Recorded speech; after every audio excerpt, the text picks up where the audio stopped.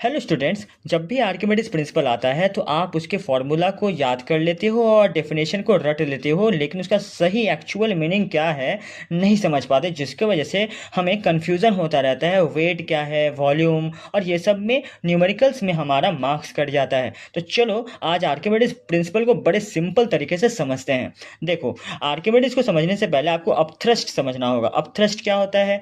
कोई बॉडी को जब आप किसी लिक्विड में डुबाते हो पार्शियली या पूरी तरह से, तो ये जो लिक्विड है बॉडी को ऊपर की तरफ धक्का मारता है, एक अपवर्ड फोर्स देता है।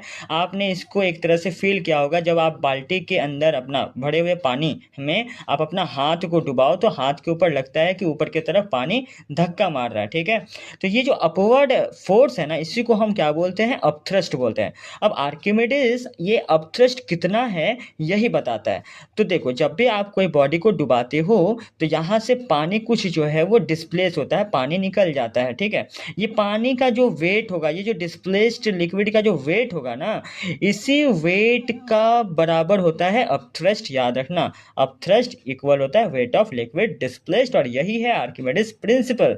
अब यहाँ पर एक और बहुत इंपॉर्टेंट बात बता रहा हूँ। जितना हिस्सा बॉडी का पानी के अंदर डूबा होगा, उस हिस्से का जो वॉल्यूम होगा उतना ही वॉल्यूम डिस्प्लेस्ड लिक्विड का भी होगा। याद रखना, जैसे सोफा सेट पे 3 लोग बैठे हैं, तो एक आदमी को अगर बैठना है तो एक आदमी को वहां से डिस्प्लेस होना होगा, हटना होगा। समझ में आ रहा है? इसी तरह से आपका यहाँ जब बॉडी जितना भी हिस्सा इसमें डूबेगा उतना ही हिस्सा पानी को यहाँ से बाहर जाना पड़ेगा। तो वॉल्यूम जो होगा submerged part of the body बराबर होता है डिस्प्लेस्ड लिक्विड के वॉल्यूम के। अब आते हैं फॉर्मूला पर। देखो, अपथ्रस्ट का फॉर्मूला क्या बन जाएगा? Weight of displaced liquid. अब वेट का फॉर्मूला क्या है? m इंटू जी। तो यहाँ मास ऑफ डिस्प्लेस्ड लिक्विड लेंगे और g यानी एक्सेलरेशन ड्यू टू ग्रेविटी। याद रखना, इधर मैं डिस्प्लेस्ड लिक्विड की बात कर रहा हूँ। अब मास का फॉर्मूला क्या होता है? Density into volume. तो मास की जगह आप लिख दो डेंसिटी इंटू वॉल्यूम इंटू जी। और डेंसिटी को ग्रीक लेटर में हम रो से रिप्रेजेंट करते हैं, वॉल्यूम v, और g तो यहाँ पर है ही।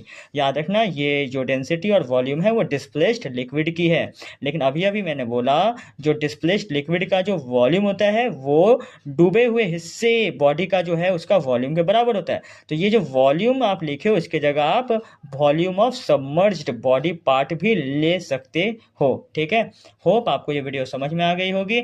तो चलो एक क्वेश्चन पूछता हूँ कि अगर इस बॉडी का वेट हवा में mg है और पानी में रखने से इसको अपथ्रस्ट ऊपर की तरफ मिल रहा है, तो पानी के अंदर इसका वेट यानी एपरेंट वेट इस बॉडी का कितना होगा?